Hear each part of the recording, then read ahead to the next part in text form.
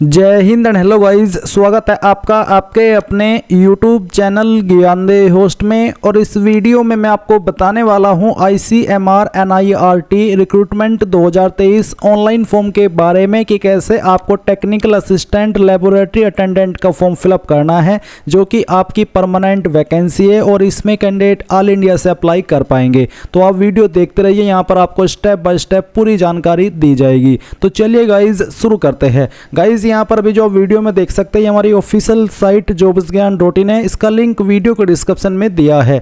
जैसे ही आप link open करेंगे, आपके सामने इस रिक्रूटमेंट की जानकारी आएगी, जहां पर जानने को मिलेगा कि इसमें आपके टोटल 73 पोस्ट निकाले गए हैं। एज आपकी 18 से 30 साल रखी गई है। जनरल OBC EWS को 300 रुपये फीस पे करनी है। SC ST all category female के लिए कोई फीस नहीं है। फॉर्म आप लोग 8 नवंबर 2023 तक भर पाएंगे।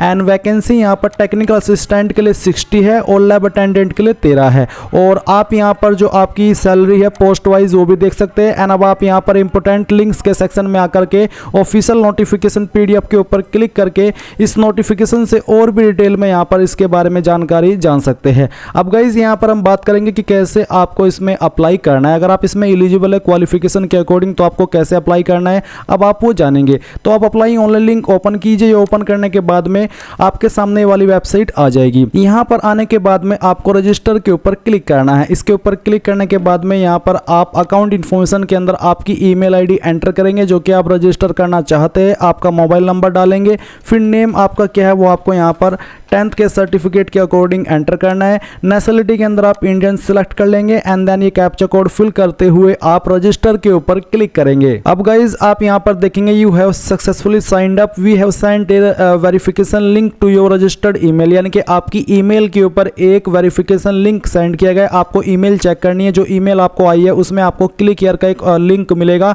आपको क्लिक हियर के ऊपर क्लिक करना है। इसके बाद में आपको बोला है verify your mobile number.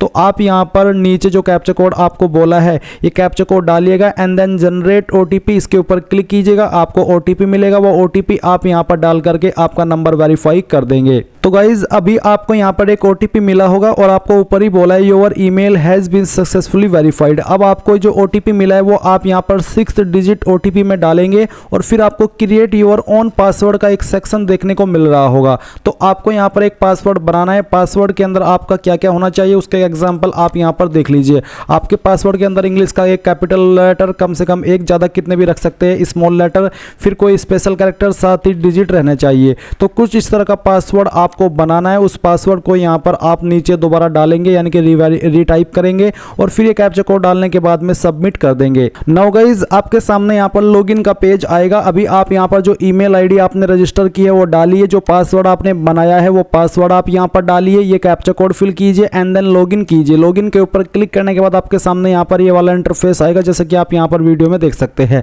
Now guys आपको यहाँ पर अप्लाई कैसे करना है ये आपको यहाँ पर जानकारी थोड़ा अच्छे से समझनी है। तो जैसे कि यहाँ पर अगर आप अवेलेबल पोस्ट में देखेंगे तो NIE NIRT एंड VCRC आपको देखने को मिल रहा है। मैं आपको एक बार ऑफिशियल नोटिफिकेशन पर लेकर के चलता हूं। जैसे कि आपकी ऑफिशियल नोटिफिकेशन में लेबोरेटरी की पोस्ट है, लेबोरेटरी अटेंडेंट की, तो इसका जो कोड है पोस्ट कोड वो LA01 और LA02 है। तो अगर आपको इस पर अप्लाई करना है तो आप यहाँ पर पहले वाला NIE NIRT and VCRC open करेंगे और लेबोरेटरी अटेंडेंट आप इसका जो कोड है LA01 ये देख सकते हैं। तो अगर आपको इस पर अप्लाई करना है आप ये अप्लाई नाउ के ऊपर क्लिक करेंगे। एंड अगर आपको जो आपकी टेक्निकल असिस्टेंट की पोस्ट है तो आप इसके ऊपर क्लिक कीजिए NIRT पर। यहाँ पर आपको सभी कोड अवेलेबल मिल जाएंगे। एंड इसके बाद में अगर आपको अप्लाई करना है जो आपकी LA की दूसरी पोस्ट है तो आप यहाँ पर NIRT एंड NIE ओपन कीजिए। इसमें आपको LA02 पोस्ट कोड मिल जाएगा, जो कि आप यहाँ पर देख सकते हैं। तो गाइज यहाँ पर जिस भी पोस्ट पर आपको अप्लाई करना है उसी पर आपको यहाँ पर अप्लाई नाउ पर क्लिक करना है। जैसे कि मैंने यहाँ पर इस पर अप्लाई नाउ पर क्लिक किया। इसके ऊपर क्लिक करने के बाद में आपके सामने वो क्वालिफिकेशन है जो कि चाहिए इस पर अप्लाई करने के लिए। तो आप यहाँ पर इसके ऊपर टिक कीजिए and then save and proceed इसके ऊपर क्लिक कीजिए और यहाँ से ओके कर दीजिए। ओके करने के बाद में यहाँ पर आपकी कुछ जानकारी दी गई है और कुछ जानकारी आपको भरनी है, जैसे कि आधार नंबर, आपका अन्य नंबर जो कि आप दूसरा नंबर देना चाहते हैं, आपका फुल नेम आपको यहाँ पर 10th के सर्टिफिकेट के अकॉर्डिंग एंटर करना है, आपका जेंडर सेलेक्ट करना है, मैरिटल स्टेटस बताना है, मैरिड या unmarried, mother name, father name, date of birth आपकी क्या है वो आप यहाँ पर कैलेंडर के ऊपर क्लिक करके सिलेक्ट करेंगे। पहले ईयर, इसके बाद में आपका मंथ और फिर यहाँ से आपका डे। देन आपकी जो स्टेट है वो आपको सिलेक्ट कर लेनी है।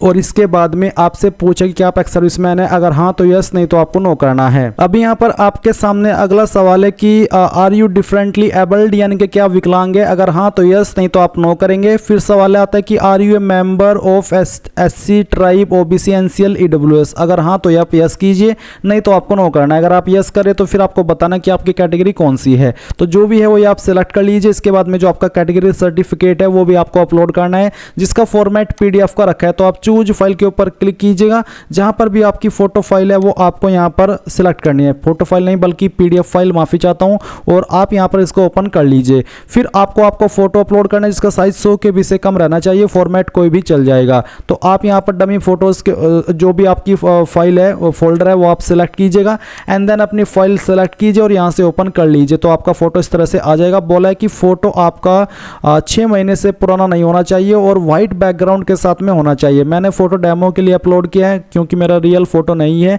तो आप यहां पर आपका जो फोटो अपलोड करेंगे वो 6 महीने से पुराना न हो और व्हाइट बैकग्राउंड में रहना चाहिए। फिर आप आपका सिग्नेचर अपलोड करेंगे, जहां पर भी आपके साइन की फाइल है सिलेक्ट कीजिएगा, एंड देन यहां से ओपन कर लीजिए। इस तरह से आपका साइन आ जाएगा। अब आप यहां पर नीचे सेव एंड प्रोसीड के ऊपर क्लिक करेंगे। अब आपके सामने यहां पर एड्रेस की इंफॉर्मेशन आ चुकी है। तो पहले है कम्युनिकेशन डिटेल, तो आप यहां पर इसमें कोरेस्पोंडेंस एड्रेस भरेंगे। तो जो आपका प्रेजेंट एड्रेस है वो आप यहां पर लिखिए लाइन फर्स्ट और 2 के अंदर। स्टेट यहां से आपको आपकी सिलेक्ट करनी है, एंड देन डिस्ट्रिक्ट कौन सी है वो डिस्ट्रिक्ट आप सिलेक्ट कर लेंगे। सिटी नेम आपका क्या है वो आप यहां पर लिख दीजिए, और जो आपका पिन कोड है वो भी आपको यहां पर डाल देना है। फिर आता है कि क्या आपका कोरेस्पोंडेंस यानी कि प्रेजेंट और परमानेंट एड्रेस सेम है, अगर हाँ तो आप यहां पर टिक कर दीजिए, अगर अलग है तो अनटिक करके अलग से भरिएगा, एंड उसके बाद में सेव एंड प्रोसीड पर क्लिक करना है। अब आपके सामने यहां पर क्वालिफिकेशन की जानकारी आ चुकी है। तो यहां पर क्वालिफिकेशन के सेक्शन में आपको सिलेक्ट के ऊपर क्लिक करके पहले 10th सिलेक्ट कर लेना है। स्ट्रीम में मैं यहां पर 10th ही सिलेक्ट करूंगा। फिर आपको आपके बोर्ड का नाम देना है कि कहां से आपने की है,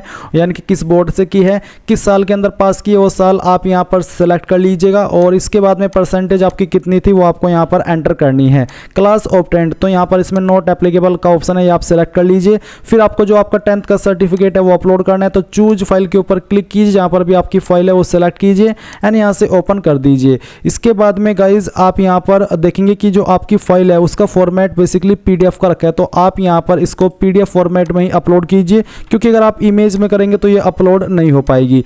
इसके बाद गाइज आप यहां पर आएंगे और नीचे आप यहां पर देख सकते हैं प्लस का आइकन आपको दिया गया। तो आप प्लस के आइकन के ऊपर क्लिक कीजिए। इसके ऊपर क्लिक करने के बाद में आप यहां से ओके कीजिए, और ओके करने के बाद में यहां पर आपके पास जो दूसरी क्वालिफिकेशन है वो आप सिलेक्ट कर लीजिए। जैसे कि अगर आपके पास 12th है तो 12th, डिप्लोमा है तो डिप्लोमा, ITI है तो ITI, तो जो भी है वो आप सिलेक्ट करेंगे। जैसे कि 12वीं मैंने सेलेक्ट की, तो फिर आपको बताना है कि किससे की है, साइंस या अदर। फिर आपको सेम वे में आपका बोर्ड का नाम बताना है कि किस बोर्ड से आपने आपकी 12वीं की है, किस साल के अंदर पास की है वो साल आप सिलेक्ट कर लेंगे, एंड इसके बाद में परसेंटेज आपकी कितनी थी वो डालेंगे। क्लास ऑब्टेंड में नॉट एप्लीकेबल, और फिर यहाँ पर जो आपका 12th का सर्टिफिकेट है उसका फॉर्मेट आपको पीडीएफ में ही रख करके यहाँ पर अपलोड करना है।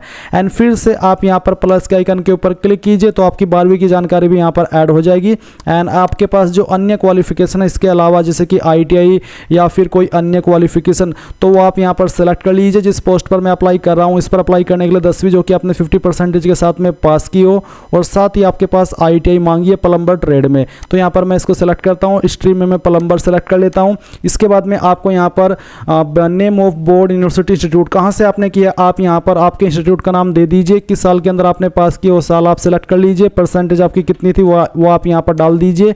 And class obtained, first class, second class, जिनकी 60+ परसेंटेज होती है वो फर्स्ट क्लास के अंदर आते हैं, एंड जिनकी उससे 45 से लेकर के 60 के बीच में होती है वो सेकंड क्लास के अंदर आते हैं।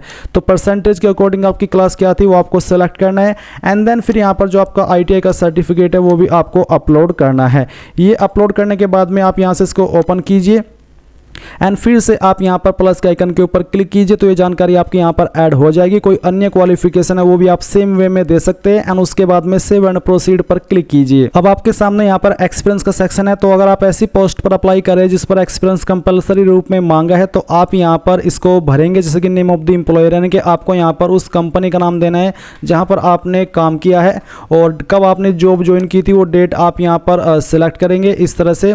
और जैसे कि मैं आपको बेसिकली बता रहा हूं, इस तरह से आपको सेलेक्ट करनी है, कब आपने जॉब छोड़ी थी वो आप यहाँ पर सेलेक्ट कर लीजिएगा। एंड इसके बाद में यहाँ पर आपको nature of employment and designation, यानी कि किस तरह का आप काम करते थे और आपकी पोस्ट का नाम क्या था वो आप यहाँ पर एंटर कर दीजिएगा।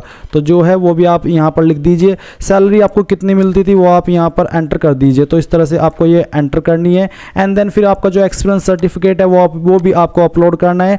एंड इसके बाद में आप यहाँ पर नीचे प्लस के आइकन पर क्लिक कीजिए और यहाँ से इसको ओके कर दीजिए। तो ये जो एक्सपीरियंस है वो आपका ऐड हो जाएगा। एंड उसके बाद में आप यहाँ पर सेव एंड प्रोसीड पर क्लिक कीजिए। आप चाहे तो इसको स्किप भी कर सकते थे क्योंकि स्किप का ऑप्शन भी वहाँ पर एक्टिव था। अब आपको यहाँ पर अदर डिटेल में बताना कि are you employed in government, क्या आप गवर्नमेंट के अंदर काम कर रहे हैं अभी करंट में, अगर हाँ तो यस, नहीं तो आपको नो करना है।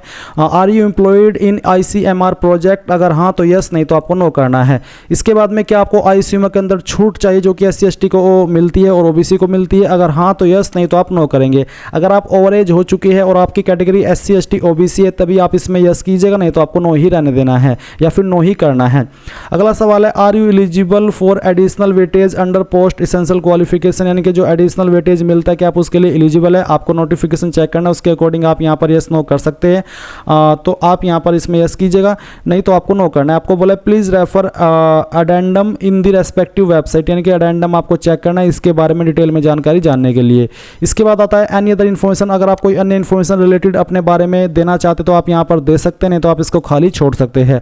अब आपको सेव एंड प्रोसीड पर क्लिक करना है और यहाँ से ओके करना है। ओके करने के बाद में आता है इंस्टीट्यूट प्रेफरेंस। तो पहली प्रेफरेंस आप किस इंस्टीट्यूट को देना चाहते हैं वो आप सेलेक्ट कर लीजिए। सेकंड आपको किसको देनी है वो आपको सेलेक्ट कर लेनी है। फिर आप सेव एंड प्रोसीड पर क्लिक कीजिए और यहाँ से ओके कीजिए। ओके करने के बाद में यहाँ पर आती है एग्जाम सिटी प्रायोरिटी। तो प्रायोरिटी पहली प्रेफरेंस आप किस सिटी को दे रहे हैं वो आप सेलेक्ट कीजिए। सेकंड आप किसको दे रहे हैं वो आपको सेलेक्ट करनी है। And then save and proceed के ऊपर क्लिक करके यहाँ से ओके करना है। ओके करने के बाद में यहाँ पर आपके सामने आएगा आपके फॉर्म का प्रीव्यू। आपने जितनी भी जानकारी भरी है सभी आप यहाँ से चेक कर लीजिए। लगता है कि कोई जानकारी गलत हो गई है तो आप उसको बैक में जा करके एडिट कर लीजिएगा, नहीं तो आपको यहाँ पर इसके ऊपर टिक करना है और फिर आप सबमिट एप्लीकेशन के ऊपर क्लिक करेंगे। इसके ऊपर क्लिक करने के बाद में आप यहाँ पर देखेंगे कि जो आपका एप्लीकेशन फॉर्म है सक्सेसफुली सबमिट हो चुका है। आप यहाँ पर अगर जनरल OBC से भर रहे हैं तो तभी आप यहाँ पर फीस को पे करेंगे, SC ST के लिए कोई फीस नहीं है। तो इस तरह से आपने यहाँ पर इस फॉर्म को भर लिया है और यहाँ पर आपका जो फॉर्म का प्रिंट है वो आप कैसे लेंगे उसके लिए गाइज आप यहाँ पर आइए और यहाँ पर आप व्यू एप्लीकेशन का सेक्शन देखेंगे। आपको इसके ऊपर क्लिक करना है। इसके ऊपर क्लिक करने के बाद में आपके सामने आपका एप्लीकेशन फॉर्म का व्यू आ चुका है। आप प्रिंट डाउनलोड एप्लीकेशन के ऊपर क्लिक करके अगर आपके पास प्रिंटर मौजूद नहीं है तो आप इसको बाद में प्रिंट करा लीजिएगा।